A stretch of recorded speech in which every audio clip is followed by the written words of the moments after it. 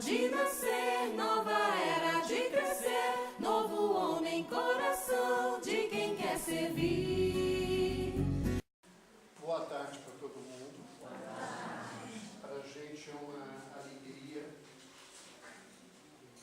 podermos estar aqui, para a gente poder estar compartilhando esse tema, de estar participando mais uma vez desses encontros, né? Nós que tivemos a oportunidade de participar do primeiro encontro de carnaval que aconteceu na região, na nossa região, né? em todo o estado de Minas Gerais, que foi a primeira COMEB, né? Que era a Confraternização das Mocidades Espíritas de Belo Horizonte. E nós hoje vamos estar falando então de um tema extremamente importante para todos nós entendermos, né?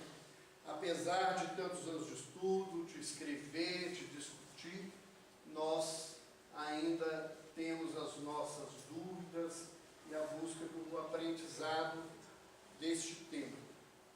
Eu pedi a Ângela que antes de iniciar o nosso estudo, eu gostaria de falar e fazer um pequeno convite, principalmente para aqueles que estão aqui, que são jovens, que são estudantes universitários, que se interessam pelo aprendizado, tanto da doutrina quanto das questões da ciência.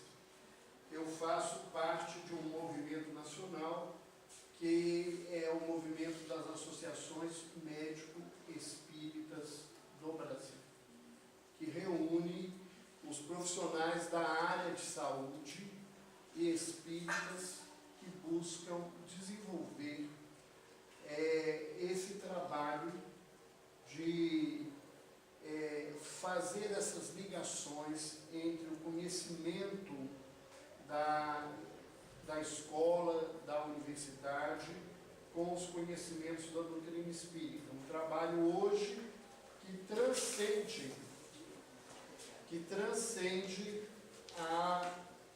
as fronteiras do Brasil, né? Nós, através da Associação Médico Espírita Internacional, que foi criada em 1997, nós temos desenvolvido um trabalho tanto na Europa quanto no continente americano.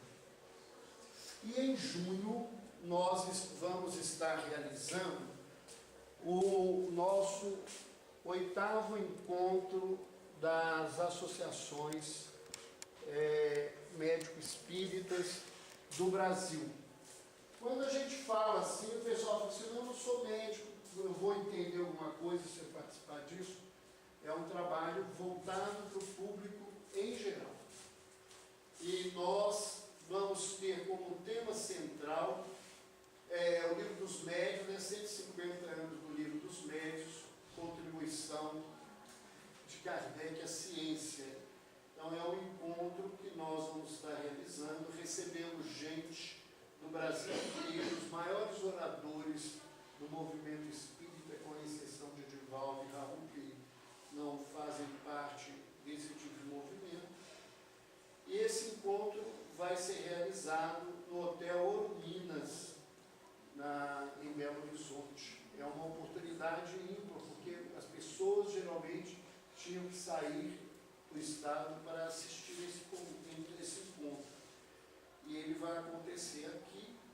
E nós teremos a presença da doutora Marlene Nobre, do Alberto Almeida, Ivênia Prado, Sérgio Felipe, do Dr. Décio.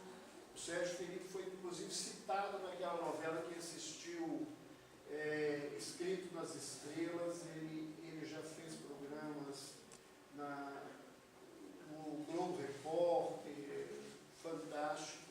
Então o pessoal que a gente está citando aí são pessoas que falam não só no Brasil, como em outros países, trazendo esse tema. Então, no final do encontro hoje, depois da nossa palestra, nós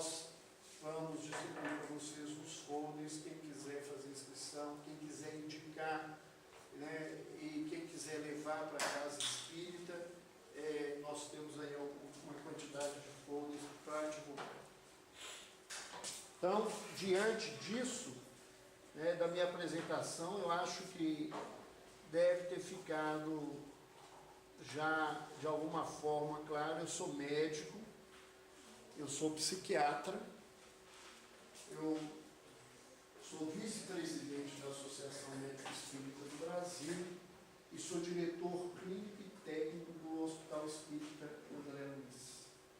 Então, nós trabalhamos com a temática da sexualidade dentro do nosso consultório, dentro do nosso trabalho, constantemente.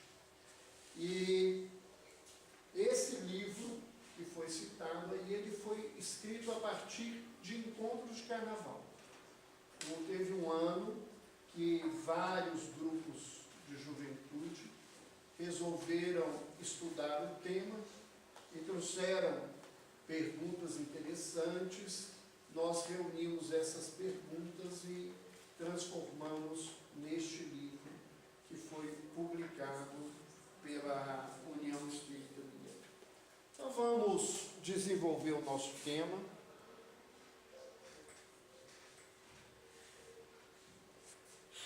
Então a doutrina espírita, ela busca o ser em sua totalidade.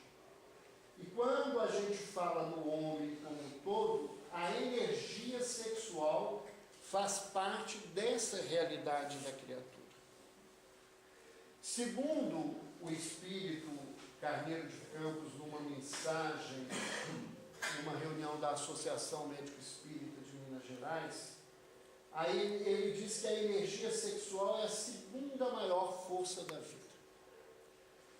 Que acima dela só está o amor, que é a expressão da criação de Deus. E a energia sexual é a energia criativa da criatura, do espírito, e é a forma, o recurso didático que o Criador nos dá para que nós aprendamos a amar. Então, vamos trazer aqui, diferenciar três conceitos para a gente poder falar mais tranquilamente. A energia sexual é uma força que é dada por Deus a todas as criaturas. Ela está presente desde o átomo até o arcanjo, na forma de atração e na forma de cocriação. Sexo, né? Quando a gente fala de sexo, nós estamos falando de representação anátomo-fisiológica da criatura. E com isso, na realidade, na Terra, nós temos dois sexos, né? Temos o macho, a fêmea, o masculino e o feminino, né? E existem alguns seres que são assexuados, que não apresentam uma forma sexual definida. Entre os homens, entre o ser humano, nós temos pessoas que nascem com deformações anatômicas e às vezes não apresentam uma conformação sexual, nascem sem uma definição de serem homens ou serem mulheres, e às vezes isso vai ser definido posteriormente a partir de um estudo que envolve médicos, psicólogos, assistentes sociais. E nós temos a sexualidade, que daqui a pouco nós vamos falar mais claramente dela, que é a expressão dessa energia no ser.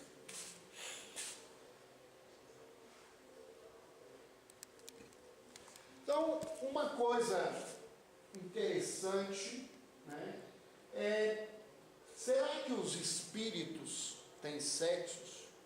Aqueles que já puderam ler o livro dos Espíritos, a pergunta de número 200 é esta. Kardec pergunta aos espíritos: têm sexos os espíritos? E os espíritos nos respondem que não como nós entendemos. Então, no mundo espiritual não existe essa estruturação sexual como a gente entende na Terra, mas que os espíritos se ligam por afinidade, por atração.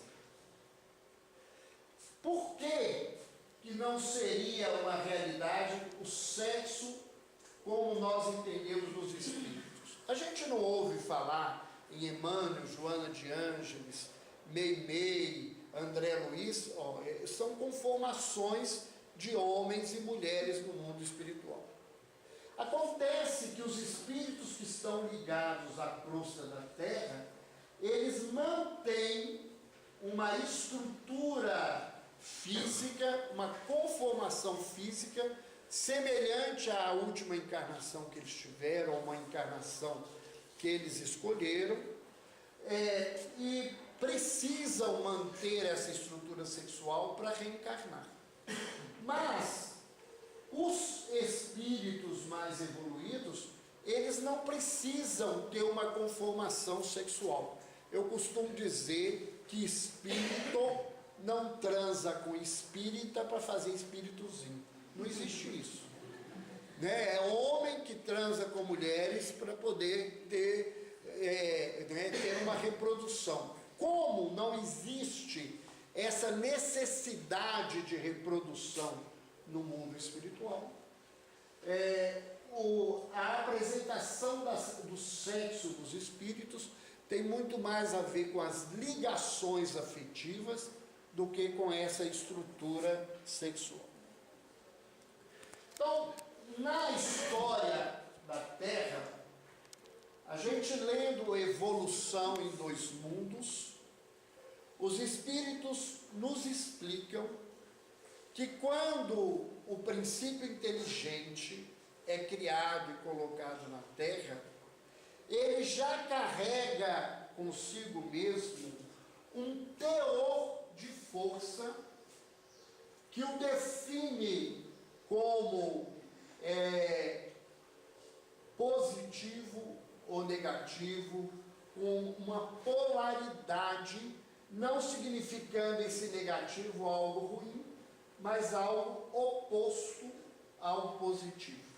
Então, todos nós, quando somos criados, nós trazemos um teor de força. Mas esse teor de força, ele não é único. Nós trazemos em nós a possibilidade de sermos machos e fêmeas no processo evolutivo. Qualquer um de nós aqui carrega em si essa possibilidade. Não só do ponto de vista psicológico, mas do ponto de vista físico. Todos nós temos hormônios masculinos e femininos no nosso corpo, graças a Deus, porque se não tivéssemos, não tínhamos nem condição de sobreviver, porque eles não servem simplesmente para nos fazermos homens e mulheres. Eles atuam em outras áreas, têm outras funções na vida que são de grande importância.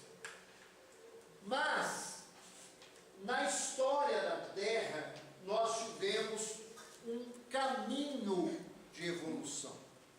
Primeiro, nós vamos encontrar lá nos seres mais simples, lá nas bactérias, uma reprodução assexuada. As primeiras reproduções no nosso planeta, elas eram feitas, para quem estudou já biologia, por biparidade, dobra a quantidade das coisas, divide e a gente tem um clone um do outro. Uma bactéria era igualzinha à outra. Acontece que para o processo de evolução e crescimento da Terra, nós precisávamos nos tornar individualidades. Cada um de nós é um ser especial na criação. Se a gente continuasse nesse processo da bactéria, todo mundo ia ser igual. Que ia ser muito chato, né? Porque se todo mundo fosse feio, chato, né, incomodativo, se um que fosse o primeiro fosse assim, todo mundo ia ser igual, né? Ou se o primeiro fosse uma Angelina Jolie ou um Brad Pitt, nós todos seríamos desse jeito, ia ficar feio, porque não tinha comparação nem nada, ia ficar igual e monótono na vida. Quer dizer, essa mudança de processo na reprodução, que veio depois do hermafroditismo, em que um ser tinha os dois aparelhos e às vezes ele até copulava, né? Ele transava com ele mesmo e se reproduzia. Esse processo foi dando a diferenciação e a reprodução sexuada surge na Terra como a abençoada oportunidade de individualização das criaturas.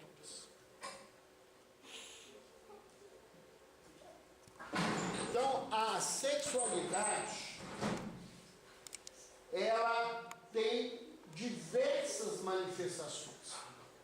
Então, a sexualidade, quando ela está ligada à atividade sexual física, ela se chama sexualidade. A sensualidade, ela não tem nada de errado.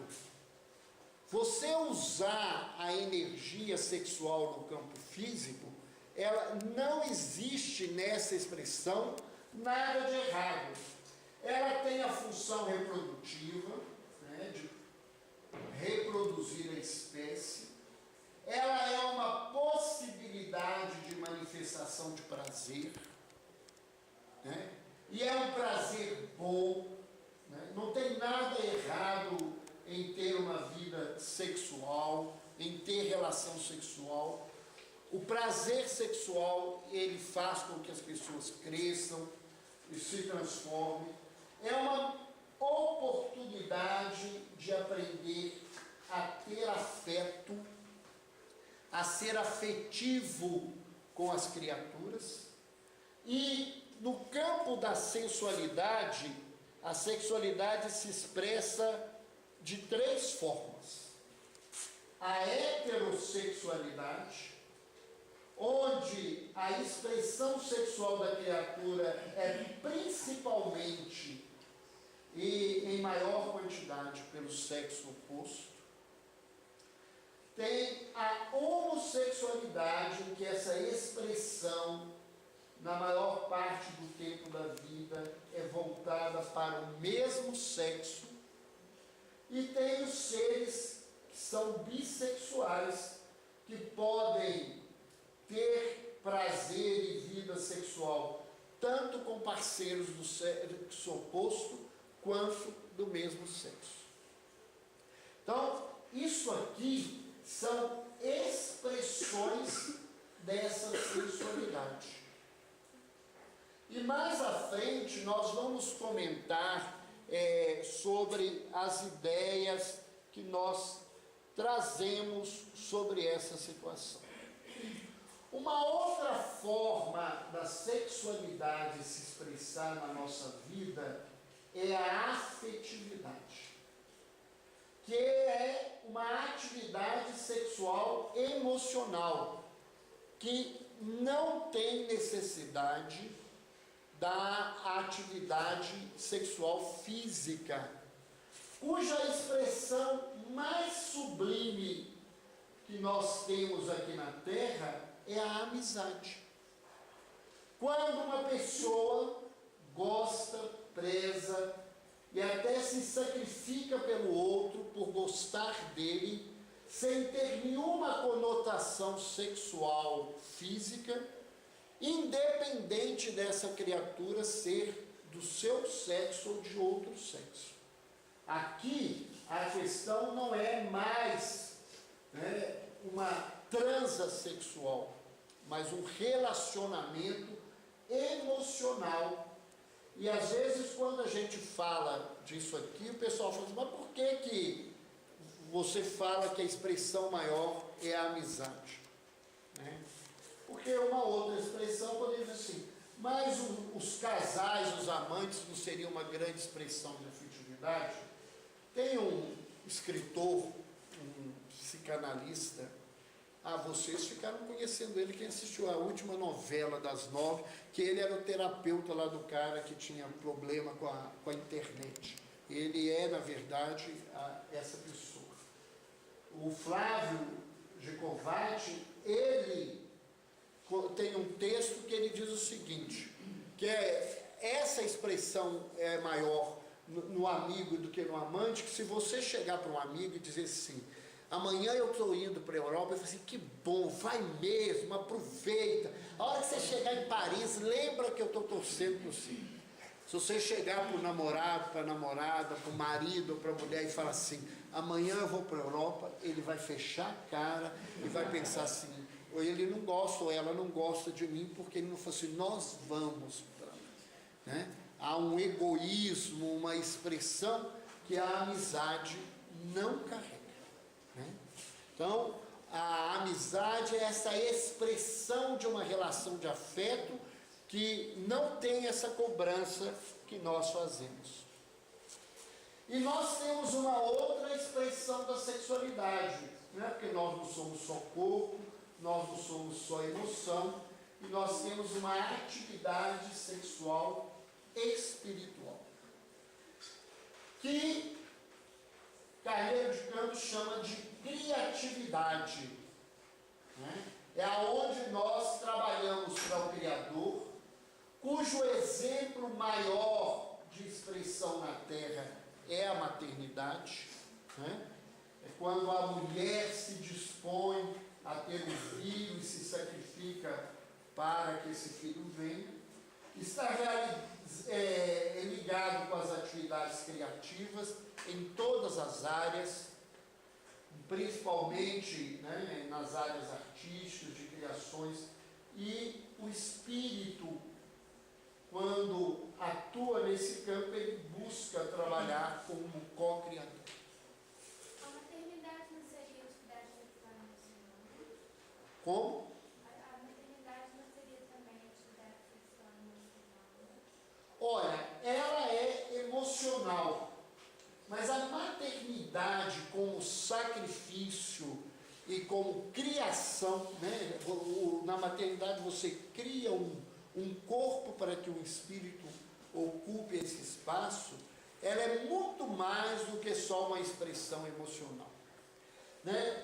Ela também expressa afetividade, mas ela é uma expressão mais sublime do que essa expressão do emocional que nós vivemos. Vamos falar um pouco dessa sexualidade, né? O que é essa sexualidade? Então, quando nós falamos de sexualidade, nós falamos de escolha do parceiro sexual quanto ao sexo dessa criatura.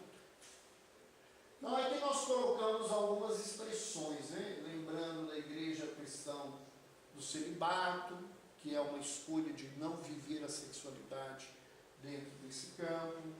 Lembramos aqui, né, a questão da heterossexualidade, né, uma foto que lembra aqui a questão da homossexualidade.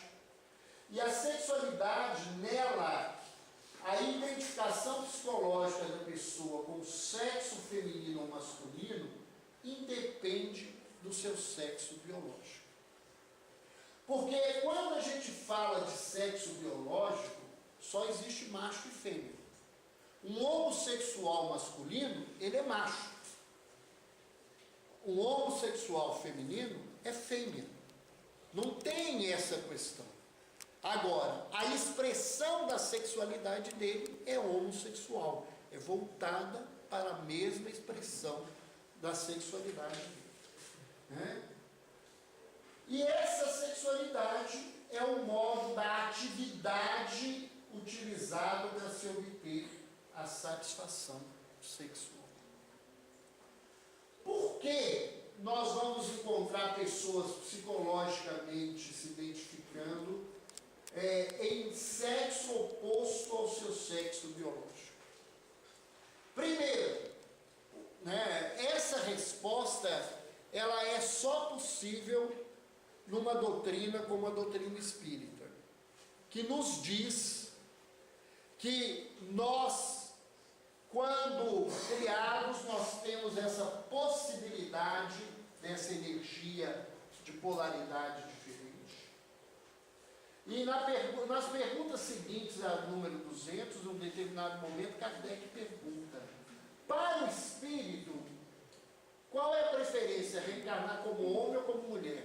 A ele tanto faz. As escolhas do sexo dependem das provas, do aprendizado que ele quer fazer nesse processo reencarnatório. Então, muitas vezes, o que nós encontramos? Por que uma pessoa do sexo feminino se comporta sexualmente como se fosse do sexo masculino? Pode ser, primeiro, por um processo de inversão, em que o espírito é obrigado a nascer num corpo diferente da sua escolha psicológica, por ter vivido em várias encarnações uma atividade, uma ação sexual comprometida, pervertida na vida dele. Então foi uma mulher que abusou, ou um homem que abusou muito da sexualidade, que nasce como mulher, para ver se ele aprende a agir de uma forma diferente, e às vezes, ao reencarnar, essas lembranças voltam e voltam muito fortes, voltam na infância, e ele não dá conta desse convite de aprendizado. De outra forma, pode ser que o espírito, ele já esteja em várias encarnações vivendo a homossexualidade. E ao reencarnar, ele continua nesse processo. Nós vemos, sem nenhuma crítica à igreja, porque nós é que criamos esse processo todo, nós somos os espíritos que levamos a igreja cristã a fazer tanta bobagem como tem sido denunciado. O celibato obrigatório abriu um espaço na vida de homens e mulheres de viverem escondidamente a homossexualidade, e às vezes ao reencarnar o indivíduo não dá conta de sair daquela posição onde ele estava. Ele tem um aprendizado, como há essa possibilidade de vivência na vida, ele fica nesse lugar. Quando nós falamos disso, nós não estamos falando aqui, em momento nenhum eu vou falar do que é certo ou errado, porque isso é julgamento, e Emmanuel, em Vida e Sexo, é muito claro: quem julga a atividade sexual da pessoa é a própria pessoa. A gente fica apontando o dedo para os outros, na maioria das vezes a gente enrola o rabinho da gente, senta em cima dele para falar da vida dos outros. Então a gente precisa, e é um convite da doutrina espírita, que nós cuidemos de nós em vez de ficarmos julgando os outros. Pode falar. Doutor Roberto, há homossexuais que, assim, eles têm essa tendência, ele está na presente reencarnação, mas ele não aceita. Ele sofre muito, ele quer uma família, quer constituir uma família, não consegue porque conhece uma pessoa do mesmo sexo, apaixona. Então, ele vive essa dicotomia, essa dualidade muito forte. E há outros que se tornam muito agressivos por não aceitar também. A homossexualidade, ela enfrenta o preconceito e a não aceitação, não só do social, quanto às vezes do própria criatura, né? E muitas vezes esses homossexuais que vivem nesse conflito, que queriam ter uma família, eles provavelmente trazem uma história de perversão sexual, e esse momento de conflito que eles vivem é um momento de provação para ele aprender a valorizar a família, valorizar o sexo oposto, valorizar várias coisas que ele deixou de respeitar na sua caminhada, no seu processo. Nós vamos falar aqui, né, de mitos, preconceitos e modismos. Eu vou tentar falar mais sucintamente, para a gente não passar do tempo, né? Se alguém tiver alguma pergunta, vocês deixem no finalzinho, depois de terminar, eu me disponho a respondê-las, para que a gente possa trazer essas ideias para vocês com tranquilidade. O que é um mito? O mito, na realidade, é uma narrativa tradicional com caráter explicativo ou simbólico e é relacionado com uma cultura ou religião. Mas a gente usa a expressão mito muitas vezes de forma pejorativa, dizendo de crenças que são consideradas sem fundamento objetivo, sem fundamento científico. Então nós vamos falar daqui a pouco dos mitos da sexualidade. Preconceitos, né? Então, preconceito é um juízo pré-concebido. É alguma coisa que eu tenho em mim que discrimina geralmente pessoas, lugares e tradições considerados diferentes ou estranhos. Então nós temos vários preconceitos no campo da sexualidade. Talvez seja um dos campos onde a gente mais tem preconceitos na nossa vida. E os modismos, né, é aquilo que está na moda, e moda é um uso passageiro que regula de acordo com o gosto do momento, a forma de viver, de vestir, e nós temos também, no momento atual, várias modas do sexo. Várias coisas que são da atualidade, que são feitas na atualidade e que nós vamos falar. Então, quais são os principais mitos, desculpa, deixa eu voltar aqui, da sexualidade? Primeira questão que a gente tem aí como mito, né? Tem muita gente que acha que quanto maior é o tamanho do pênis, mais macho é o cara, mais viril, mais bom de cama é o indivíduo. Isso é mito, isso não é verdade. Não há nada, nenhum trabalho científico que prove essa situação, né? Que dá mais prazer à mulher, não tem nada disso. A grande maioria dos homens tem um pênis do mesmo tamanho quando ereto, né? Quando em ereção. Os que têm o pênis fora da ereção maior, quando ficam eretos, crescem menos, e os que têm o menor crescem mais.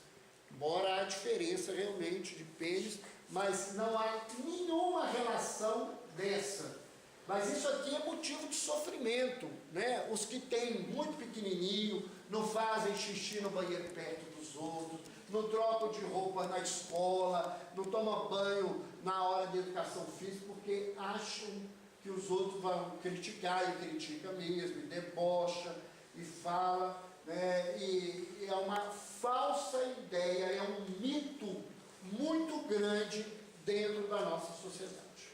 Outro, né, se a pessoa tem problema de ereção numa relação sexual, se um cara vai transar com uma menina e ele brocha, isso aí quer dizer que ele é homossexual. É outro mito. Isso não é verdade, né? Não conseguir ter uma ereção envolve várias coisas. Questão emocional, a tensão de se chegar ali. Hoje, os jovens brocham muito mais do que se brochavam no tempo. Por quê? Porque a mulherada hoje cobra muito, elas têm uma liberdade de falar, e os homens não foram preparados para serem cobrados.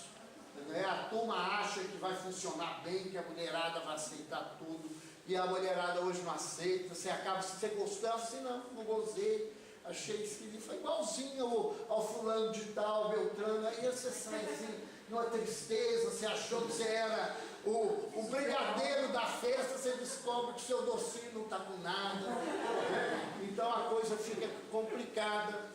Então a mulherada hoje cobra e o homem não dá conta da situação. Existem problemas de saúde, questões hormonais, questões de doença, diabetes, a idade muda toda essa situação. Então, ter problemas de ereção não tem nada a ver com homossexualidade. Não tem. E, inclusive, homossexuais às vezes conseguem ter relações com mulheres, normalmente sem as pessoas até perceberem. Uma outra coisa, um mito, que Viagra melhora a potência. E a turma jovem ultimamente anda comprando Viagra para fazer festa. Não tem nada a ver uma coisa com outra. Viagra melhora a potência de pessoas que têm problemas específicos de ereção e que têm desejo sexual. Porque se a pessoa já não tiver mais desejo sexual, também Viagra não vai funcionar não. Aí para subir só com um balãozinho, amarra assim, para fazer. Não funciona. Não tem isso. E tem jovem tomando um monte de Viagra e começa depois a ficar dependente de Viagra. Se eu não tomar e não funcionar, o que vai acontecer? A menina vai achar. Não tem nada a ver uma coisa com outra.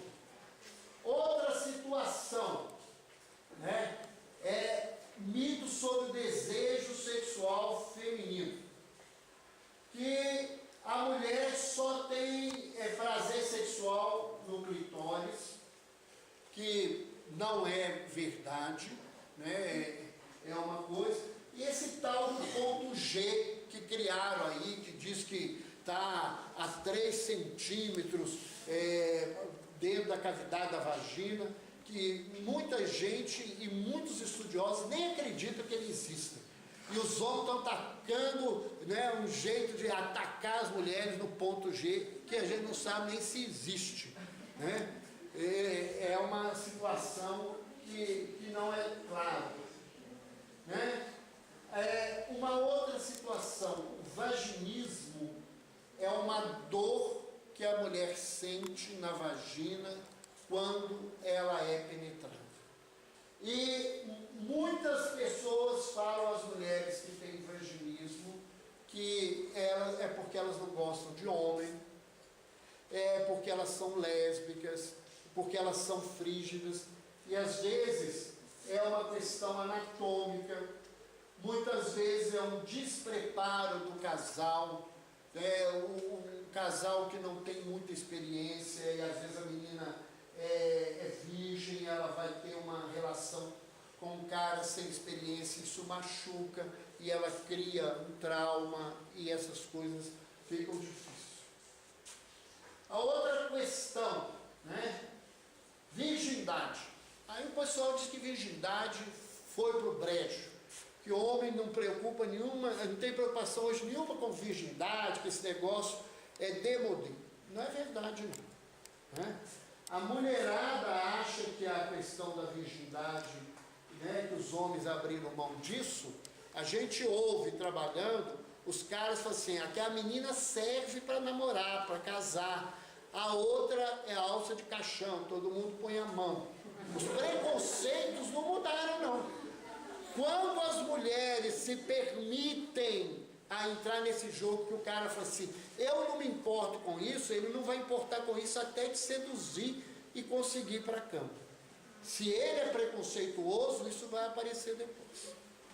Outra situação, tem muitas mulheres que têm o ímen preservado, mostrando que ela falaria que elas são virgem, mas elas têm relacionamento sexual sem penetração, às vezes têm relacionamento anal, e existem mulheres que têm uma coisa chamada ímen complacente, que ele não se rompem com a relação, pode parecer que ela é virgem e ela já tenha uma vida, uma atividade sexual muito grande. Então, é um mito, né, achar que essa situação, que a gente, e principalmente o leigo, pode definir isso muito facilmente. As diferenças raciais na sexualidade. Né? Há um falso mito que os negros são melhores na sexualidade que os brancos, e que os pardos, os amarelos. Isso não tem nenhuma prova científica dessa realidade. Isso são mitos no campo da sexualidade. Né? E os nossos preconceitos? Uma questão que é muito preconceito ainda na nossa sociedade. Quando a mulher fala muito do seu desejo sexual, ou quando a mulher resolve manifestar para o cara que ela gosta muito de ter relações sexuais e falar dos seus desejos sexuais, isso na nossa sociedade é visto como um comportamento vulgar, e essa mulher é vista como alguém de mau comportamento. Isso não é uma verdade, isso é um preconceito social. As mulheres, como os homens, podem ter muito desejo sexual, e as pessoas deveriam ter o direito de falar, de manifestar os seus desejos. Mas a nossa sociedade, quando a mulher fala muito disso, os homens se afastam por vê-la de uma forma infeliz, ou muitas vezes escondida atrás disso, por medo dela querer muito, e eu ser um carrinho muito pequeno pelo quanto de areia que ela tem na vida dela. Então, a gente tem que ter o cuidado, mas esse é um preconceito social. Ele está presente na nossa sociedade. Outro preconceito é quanto à homossexualidade. A nossa sociedade tende a dizer que o homossexual é uma pessoa sem vergonha. Que o indivíduo é homossexual porque ele quer, se ele quisesse, ele poderia mudar de situação. Isto é preconceito. A homossexualidade não é um distúrbio de caráter do indivíduo. Muitos homossexuais têm um caráter, um comportamento moral melhor do que a maioria dos heterossexuais. E a homossexualidade se expressa na grande maioria das pessoas em tenra idade. Geralmente entre os 4 e 7 anos de idade, o menino começa a perceber que ele tem desejo sexual pelos amiguinhos dele, perceber uma diferença. As meninas começam a perceber isso em relação às suas amigas, ou seja, não é um comportamento que foi escolhido, ele está presente na criatura, ele vem de uma história espiritual, e essa história espiritual traz ao indivíduo, numa cultura como a nossa, uma provação e uma expiação muito grande, mas nós precisamos sair desse lugar de relacionar a homossexualidade com distúrbio de caráter. Alguém pode me dizer assim, mas os homossexuais são muito promíscuos. Isso é uma verdade. A grande maioria dos homossexuais, eles são bastante promíscuos, porque eles se fecham em guetos, em grupos pequenos, e como muitos deles não recebem uma preparação sexual como a grande maioria heterossexual, eles voltam a sexualidade toda para o prazer do corpo, e como a energia do espírito nesse teor masculino vai ser muito semelhante à do parceiro dele, esse prazer do corpo vai desaparecer com muita facilidade, e ele vai ficar buscando outros prazeres, outras pessoas, achando que ele vai encontrar isso muito facilmente, o que não é uma realidade. É uma outra situação, um preconceito social, né? Que a gente no Espiritismo não lida muito com essa questão, mas de exigir, né, que a vida sexual dos religiosos seja celibatária, que o indivíduo tem que ter um comportamento totalmente diferente dos outros.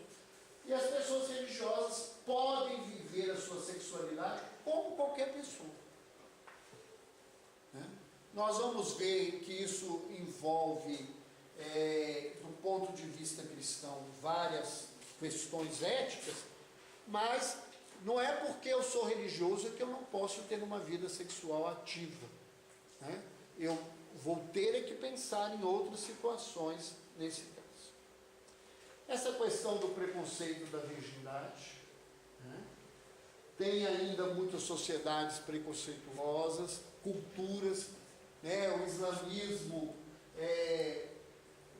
exige essa questão, inclusive o povo, os homem-bomba, acham, né, que eles vão morrer, vão para o céu, vão ter 72 virgens.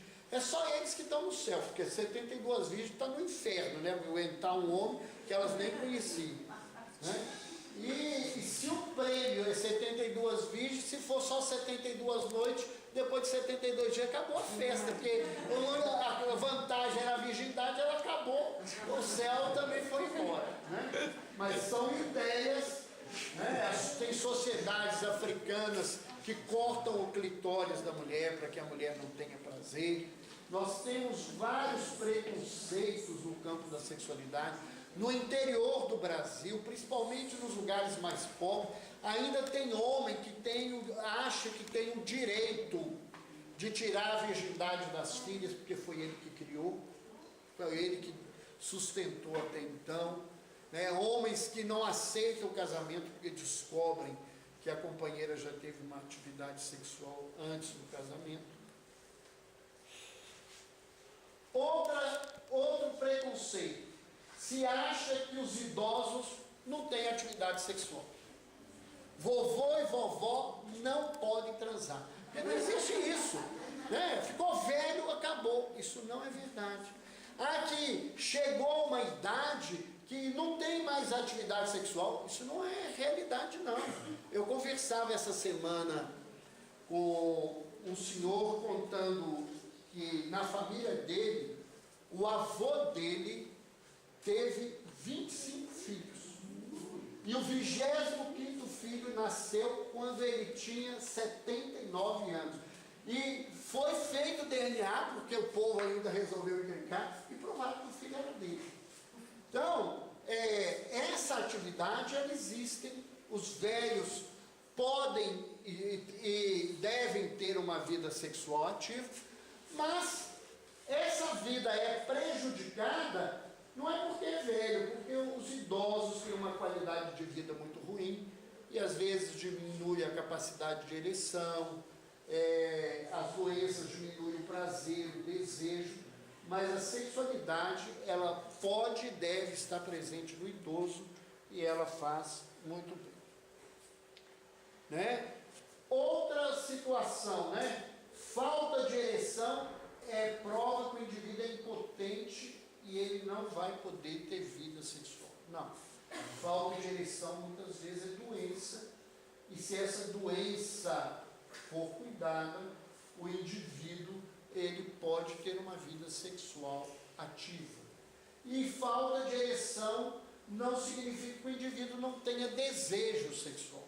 Tanto que hoje se implanta nos homens, por exemplo, né, prótese peniana, e ele consegue ter relação com o companheiro, porque embora ele não tenha uma ereção normal, ele tem um desejo sexual, E a impotência como um todo, ela envolveria falta de desejo e de vontade sexual.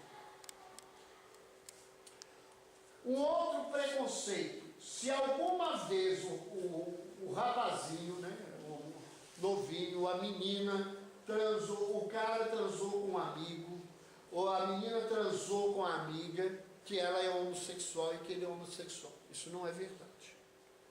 O relatório mais importante sobre atividade sexual no mundo levantou que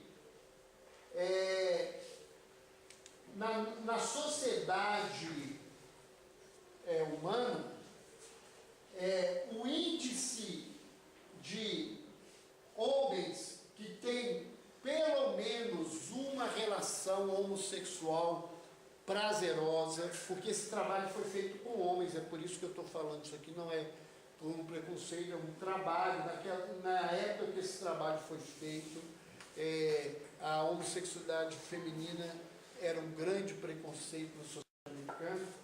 Então, o índice de homens que tinham tido essa relação com prazer era acima de 60%, ou seja, de cada 10 homens, pelo menos 6 já tinham transado com um homem pelo menos uma vez e tido prazer, sem significar que eram homossexuais.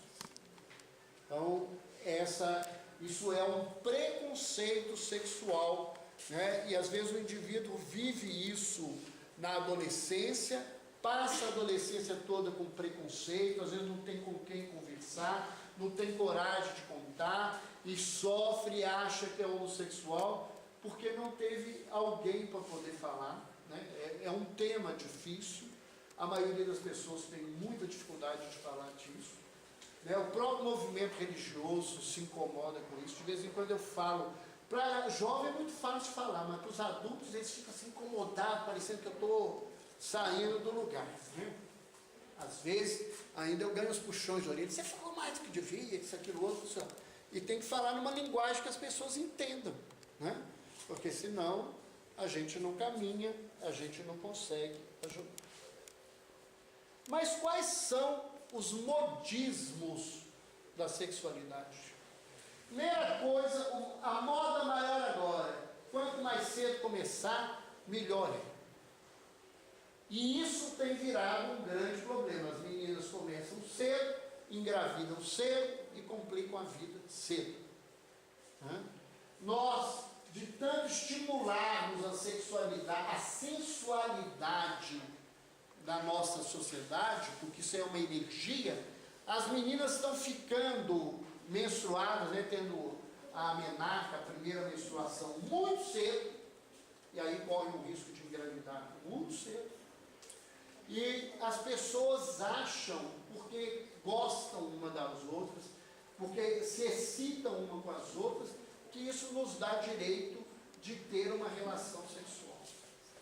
E aí deve vir uma pergunta assim, mas então quando é que a gente pode ter a primeira relação sexual?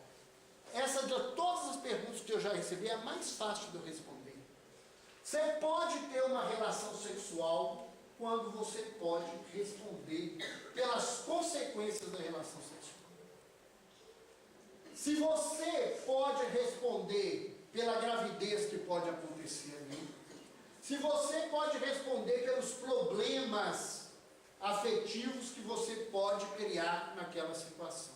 Que problemas é esse? E aí eu trago um relato real que eu acompanhei há uns 9, 10 anos atrás, uma menina de 15 anos, que ela arrumou um namoradinho na escola, da mesma idade, eles começaram a ficar, né? Antigamente, né, esse ficar passa do relar para a relação, e eles já tinham uma atividade, embora com pouco tempo de relacionamento, e ele falou com ela que não queria ficar mais com ela.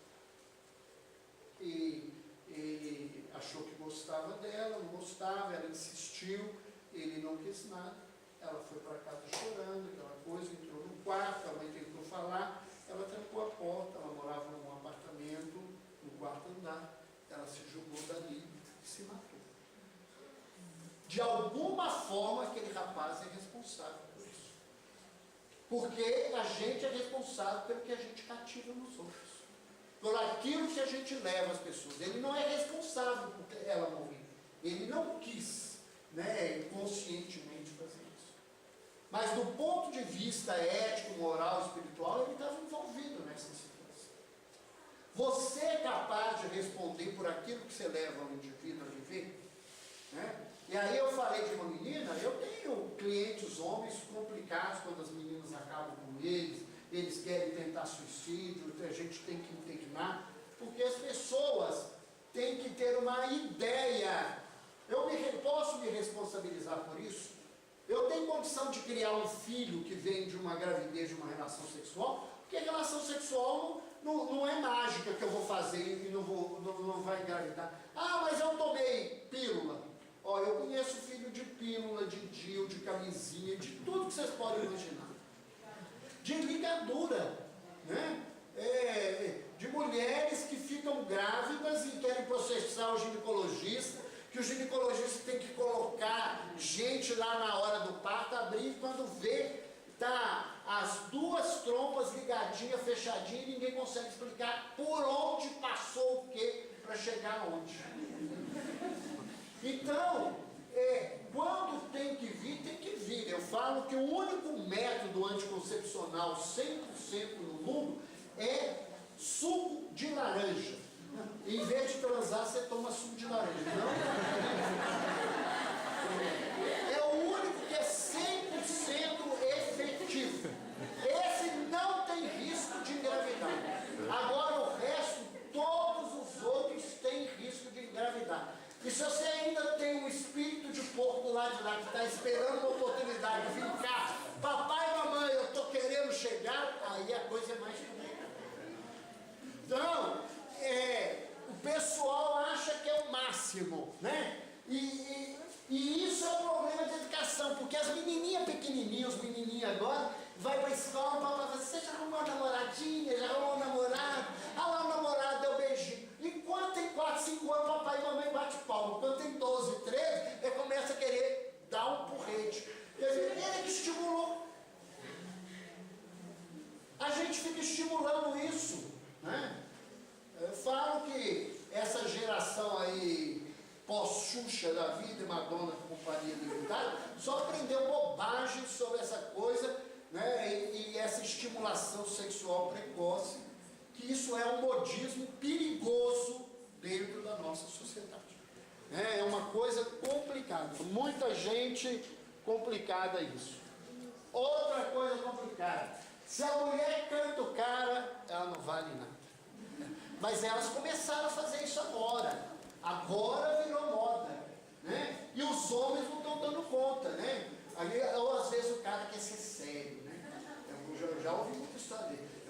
Achei ela bonitinha, aí eu vou ficar lá, não vou fazer nada, quietinho. Aí de repente ela vira assim, desculpa a expressão, você é viado.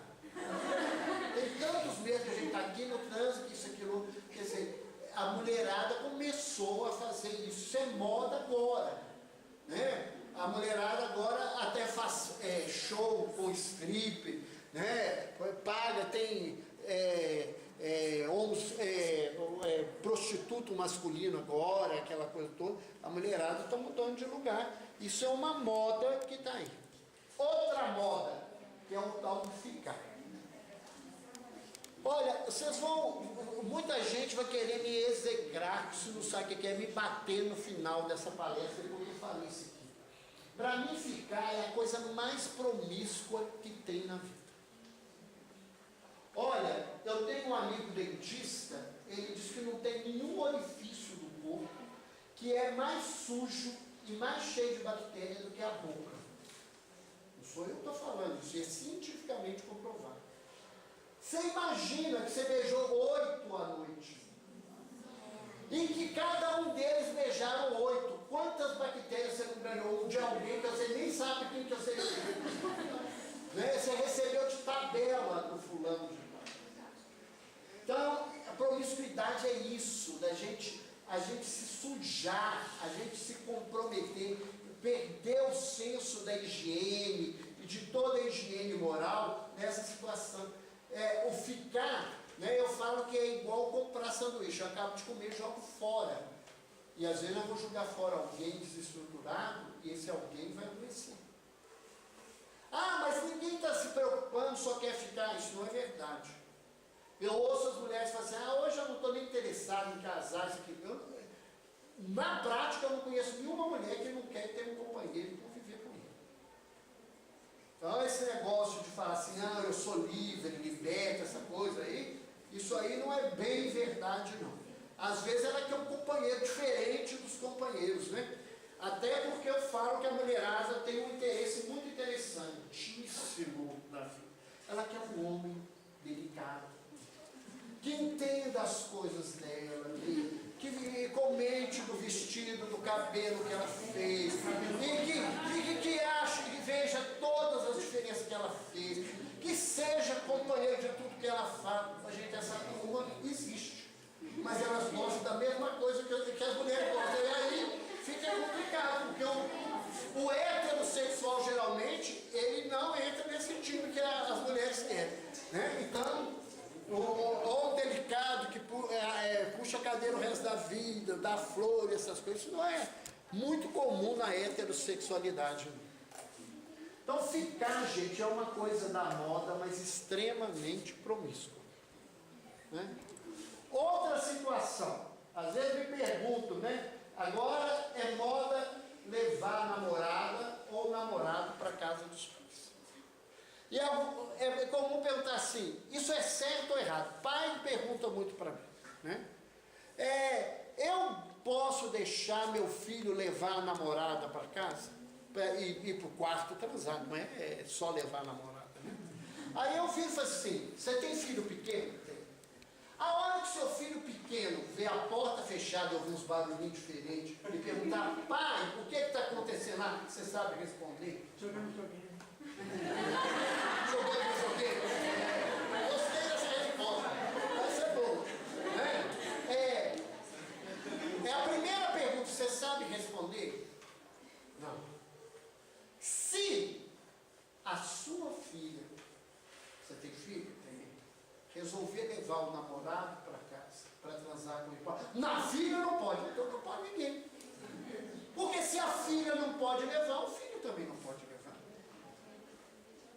Você, para levar, primeiro, o casal não pode se incomodar, porque a casa é dos pais, né? Então, se um dos dois não aceita, o outro não pode impor essa coisa dentro de casa. Depois, se isso se resume ao machismo da nossa cultura para os homens, também não dá certo. Se você não vai saber explicar para os filhos menores o que está acontecendo, então não adianta também um lugar desse, né? Agora, se você consegue lidar com isso, e a sua companheira ou o seu companheiro, é uma escolha, porque é menos perigoso que isso, menos perigoso que aquilo, né? Perigo a gente tem em qualquer lugar, né? Eu falo que a gente dizer que não tem perigo, quem nunca andou de avião, tiver que morrer de acidente de avião, o avião cai em cima da casa dele. Já aconteceu isso tantas vezes na vida, né? Morre de avião sem nunca ter viajado, era preferir ter ido 500 vezes, né? É uma situação. Moda, né? É que eu falava aqui, o uso de Viagra entre jovens saudáveis. Virou moda e agora vende muito e tem muitos. Hoje a gente fala do Viagra porque ele ficou famoso, né? E o povo toma um Viagra vagabundo que trazem lá do Paraguai, que vende barato. Mas tem outros remédios, tem o Cialis, tem o Levita, e eles agora arrumaram um novo, chama Dejavi. Eu falei, isso é bom pro velho, porque vai tomar o remédio e fala assim, Dejavi significa, eu já vi antes, né? Vamos ver se eu consigo ver de novo, né? Então, voltou a situação. Mas qualquer um desses remédios, ele só tem função na pessoa que tem problema de ereção e que tenha desejo sexual. Em nenhum jovem que tenha saúde, ereção normal, não aumenta a ereção, não aumenta o número de vezes de relação, não aumenta prazer sexual, nada disso. O Viagra, né, esse tipo de medicamento, não faz nada disso. Né? Outra situação, né? Hoje, quando fala que está namorando, tem que ter atividade sexual. É uma moda. Né?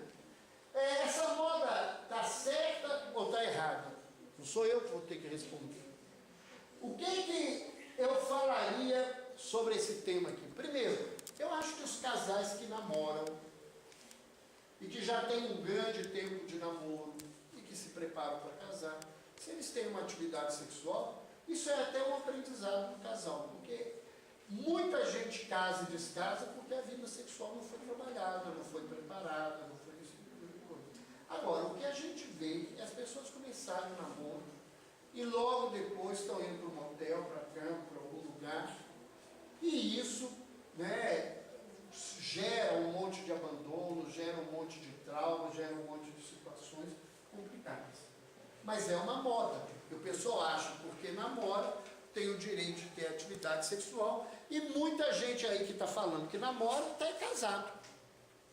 Né? Tem vida sexual ativa, e hoje é importante lembrar a quem é meio pão duro e não gosta de dividir dinheiro, que qualquer mulher, ou qualquer homem, que agora o homem pode ganhar dinheiro das mulheres, pelo menos isso melhorou, né? Só tem a lei Maria da Penha, não tem a lei do José da Penha, que se a gente apanhar da mulher, a gente cobra.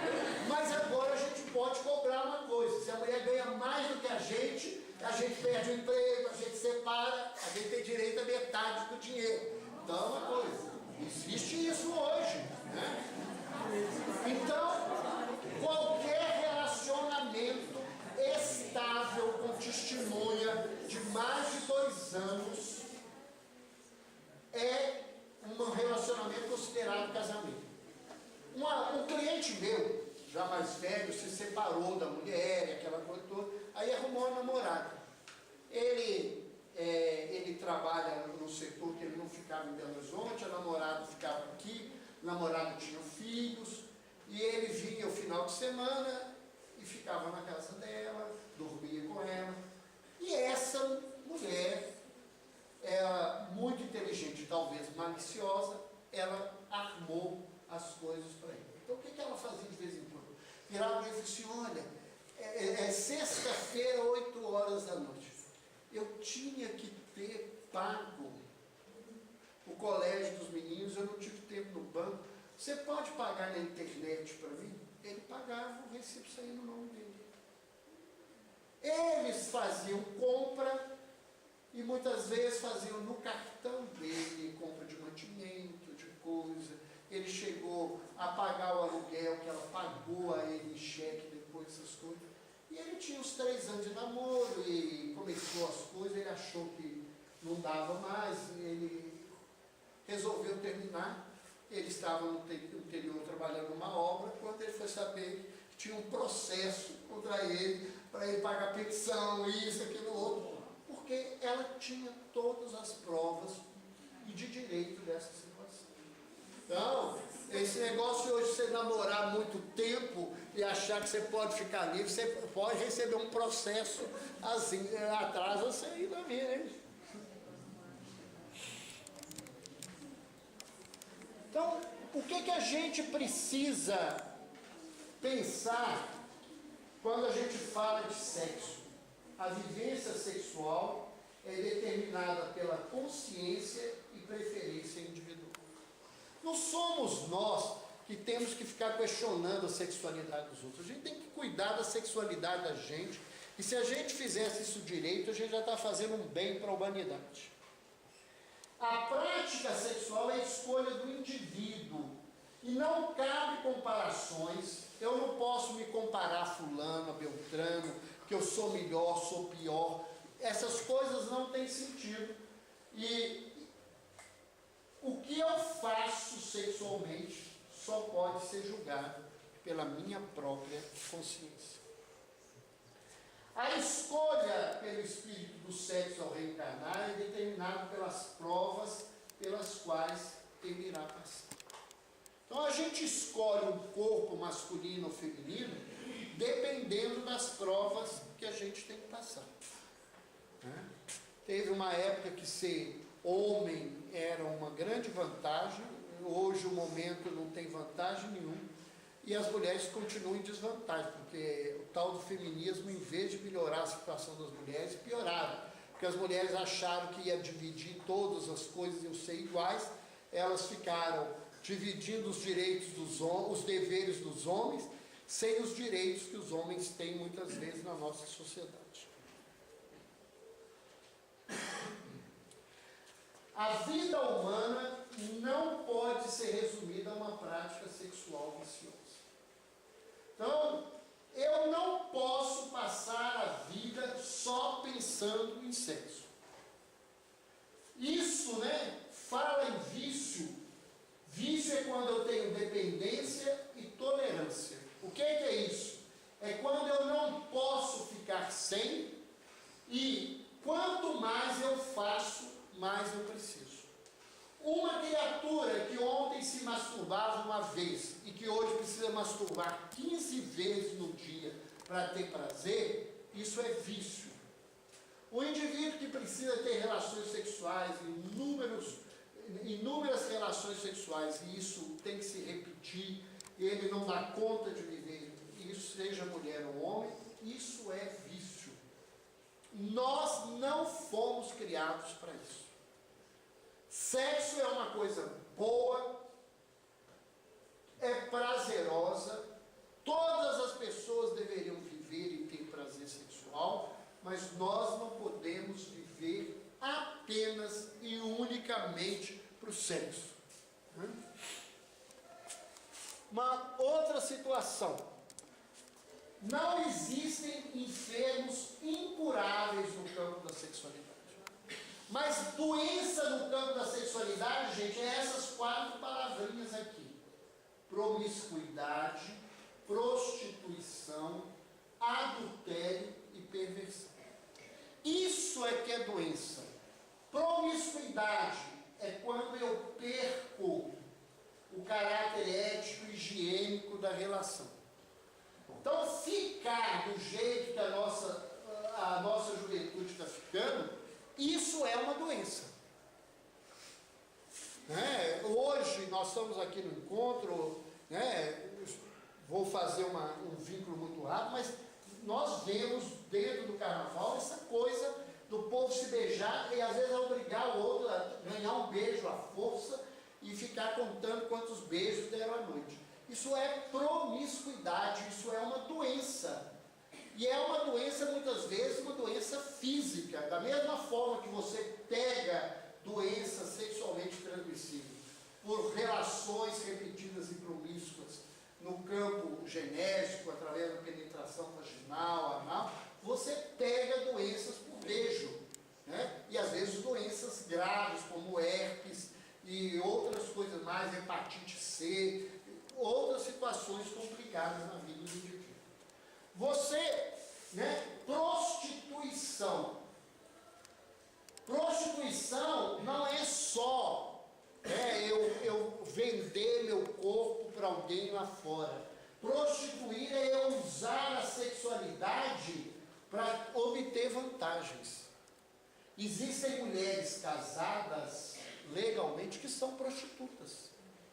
Elas transam com o marido com ódio para manter o status e a condição financeira que elas têm.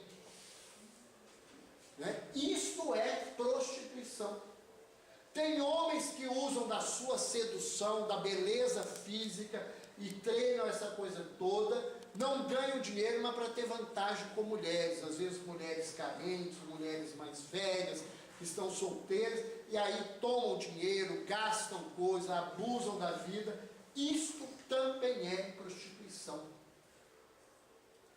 Então, prostituição não é só ir lá no prostíbulo ou na rua que tenha prostitutas e prostitutos e pagar alguém. Existem outras formas de prostituição. Adultério é quando eu tenho um compromisso com alguém e descumpro esse compromisso. Eu prometo fidelidade, eu prometo respeitar, eu prometo viver isso,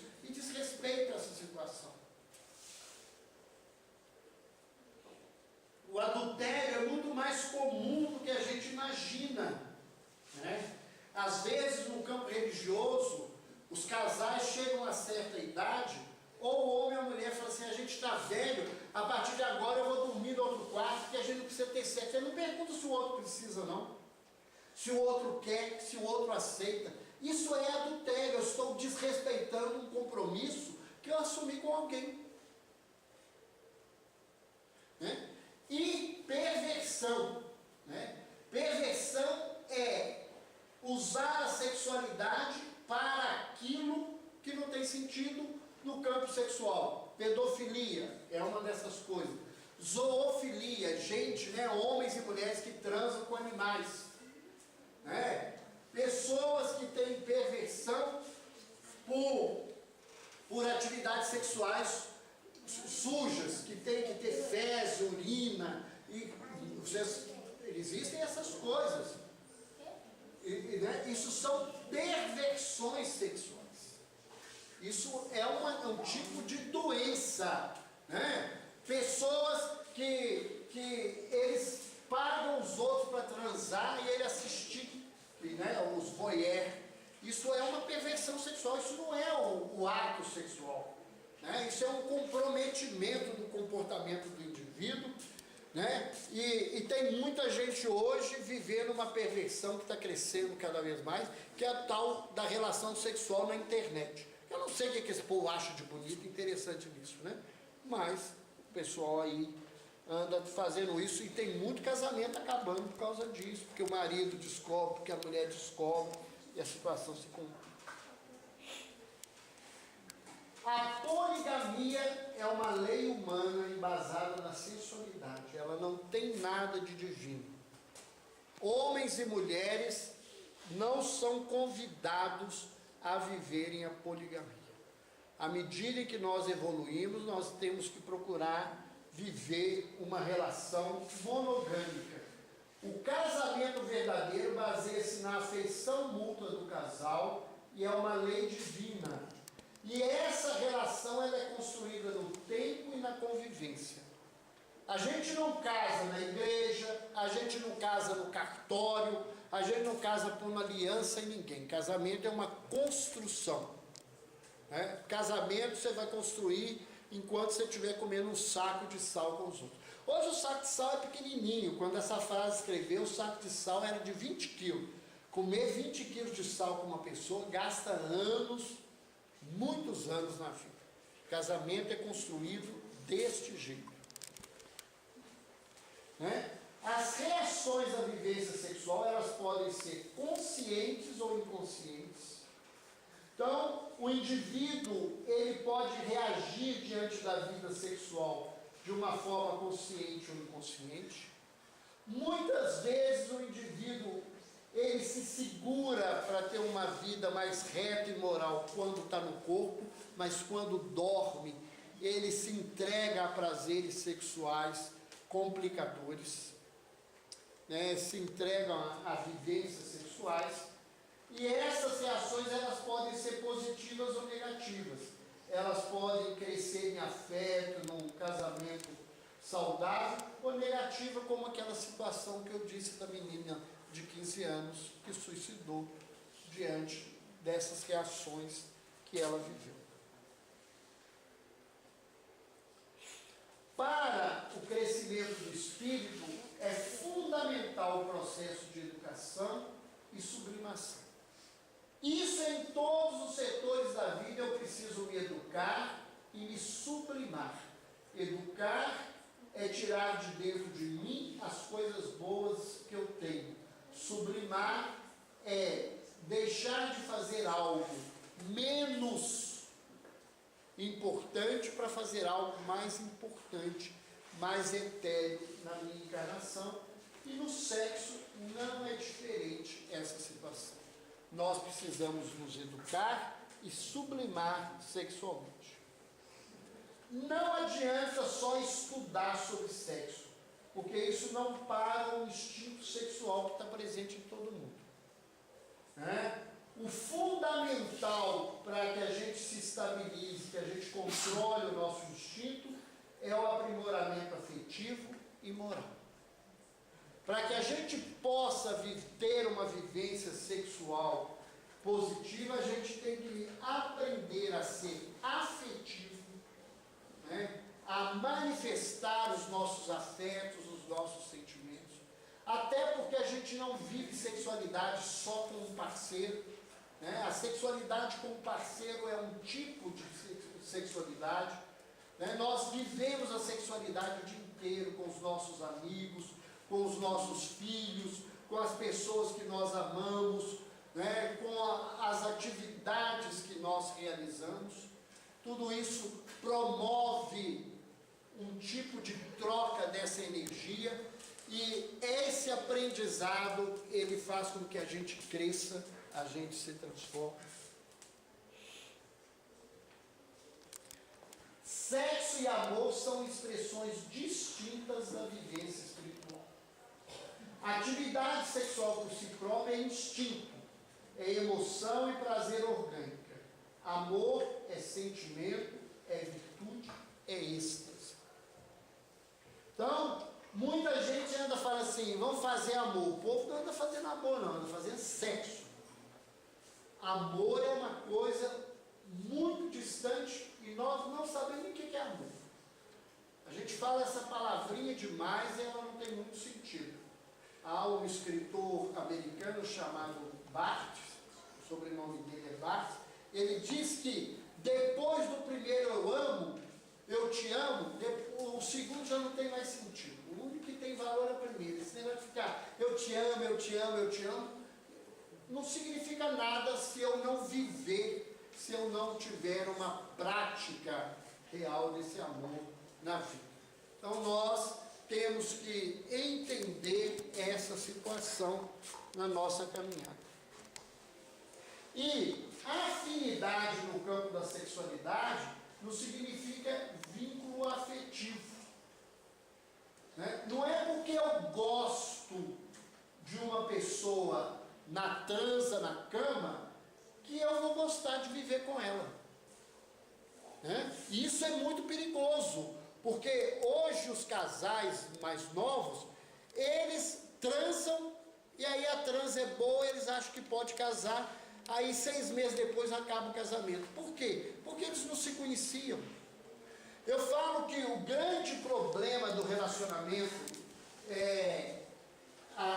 os grandes problemas que acabam o casamento são 2 síndromes. Uma é a síndrome da pasta dental e a outra é da toalha molhada. A pasta dental é que você casou com um indivíduo, tudo bem, no outro dia vai escovar o dente. Quando chega, segundo faz assim: você é burro! Apertou do meio para cima, tem que ser de baixo para cima. Aí começou o inferno, porque você nunca perguntou para o outro como é que ele aperta a pasta dental. Isso vira briga de infernizar o casamento. O outro é a toalha molhada, né? Que principalmente os homens, hoje a mulherada também está ficando bem pouquinho, né? Mas os homens pegam a toalha molhada e deixam na cama. Então as meninas aqui devem ter irmão que faz isso, que vocês têm vontade de jogar a toalha e o irmão fora, né? Então, depois daquilo ali, você fala assim, ficou infeliz. Não pode, no segundo dia está no mesmo lugar. Aí no terceiro você tem vontade de queimar, mas ela está molhada, não adianta, então você queima ele para resolver a coisa. Então, essas são situações que eu falo que o pessoal, ele transa, ele não conhece um outro. O namoro foi feito para me conhecer. Então, o que você gosta? Eu só como macarronada. Como é que eu vou casar com alguém que se a única coisa que eu não como na vida é macarronada? Como é que vai dar para viver essas coisas? Mas eu nunca conversei sobre macarronada, como é que vai dar? Né? A gente só vai para a cama, né? Rela e rola, e depois o outro dia fica no mesmo lugar. Como é que vai crescer? Então, as pessoas acham que porque elas vão para a cama e é bom, que isso vai ser um bom casamento. Não é não. Às vezes, os bons casamentos começam mal na cama.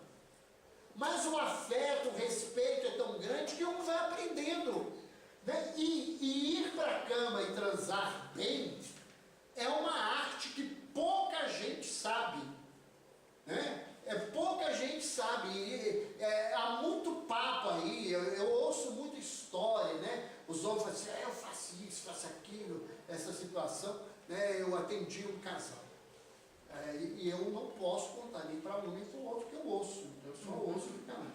Aí ele vinha e falou assim, minha mulher tem prazer toda noite com ele, isso aí, contou uma festa. Aí eu fui atender e um dia ela falando sobre isso, eu falei assim, como é que é a vida sexual? A porcaria. Eu só faço, é fácil, porque eu sou mulher, aí eu faço, gostoso, porque mulher dá para fingir, homem não dá, né? Mas mulher dá para fingir das coisas, ela detestava a coisa, e ele achando que ele era a chita da bala, né? A macaquinha lá da bala, o máximo da vida. Não é verdade. Então, muitas vezes as pessoas ficam achando disso. E às vezes um casal que não começa bem na cama, eles vão aprendendo e chega um momento da vida que estão muito melhor do que aquela turma que começou e já acabou muito tempo, porque só tinha aquilo, não tinha mais nada para conviver. Quando o sexo ficou ruim, acabou o casamento, né? E essa afinidade sexual, ela não sustenta nenhum relacionamento afetivo. Mas é preciso, né, da sexualidade também para que um casal sobreviva. Um casal, na grande maioria das vezes, que não tem sexo, esse relacionamento se complica no caminho, na situação do indivíduo. Chegamos na hora, 19h30. Eram essas ideias que a gente queria trazer. Eu sei que eu trouxe um monte de coisa, fiz uma enxurrada de ideias, mas eu acredito que vocês vão ter oportunidade, nesses 3 dias, de poderem refletir sobre esse tema. É um tema extremamente importante e vocês tenham certeza o seguinte, que todos nós na Terra precisamos nos educar quanto a essa situação. Todos nós. Né? Quando Emmanuel escreveu, ditou ao Chico o livro Vida e Sexo, né? Eles estavam durante muito tempo perguntando ao Chico por que os espíritos não escreviam um livro sobre esse assunto. E os espíritos disseram, porque na Terra não tinha professor para ensinar. Nós não somos pessoas ainda gabaritadas para vivermos a questão da sexualidade. Nós somos indivíduos, todos carregamos problemas. Problemas porque a história da nossa humanidade, ela sempre foi preconceituosa. E durante milênios não se podia fazer nada. Eu costumo dizer que nós vivemos numa cultura que é uma das culturas mais repressivas no campo sexual, que é a cultura judaica cristã. E que isso não tem nada a ver com Jesus, não. Tem a ver com o cristianismo institucionalizado a partir de Pedro e Paulo, que vem do judaísmo, e dessa cultura judaica que originou o islamismo, originou o cristianismo, originou todas essas 3 grandes religiões, que são religiões extremamente preconceituosas, desrespeitadoras, principalmente da mulher e do papel da mulher na sociedade. Para o judaísmo, uma mulher menstruada é uma mulher suja, que o homem não pode tocar, ela não pode tocar num alimento porque ela contamina. Chega ao absurdo dessas ideias, embora se tenha que respeitar a religião do indivíduo. E isso tudo, de tanto falar não, a partir da década de 50 do século passado, todo mundo resolveu fazer sim. Então, aquilo que tudo era proibido, agora tudo é permitido. E nós precisamos voltar para o lugar do equilíbrio, que é o meio. Nós temos que aprender a nos educar nesse sentido. Eu queria agradecer a oportunidade de estar aqui.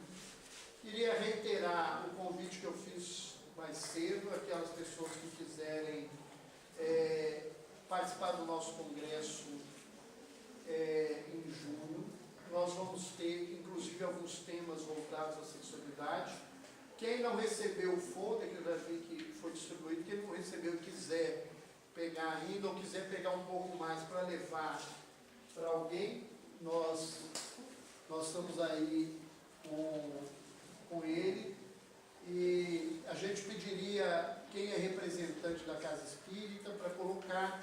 Se alguém mais quiser fazer inscrição, vocês podem xerocar a ficha de inscrição que está no folder e usá-la para fazer inscrição. A inscrição pode ser feita pela internet, né? Tem a loja da Associação Médico Espírita do Brasil, que vocês podem fazer. E é aquilo que eu falei, é uma oportunidade muito especial que vocês, né, vão estar recebendo aqui.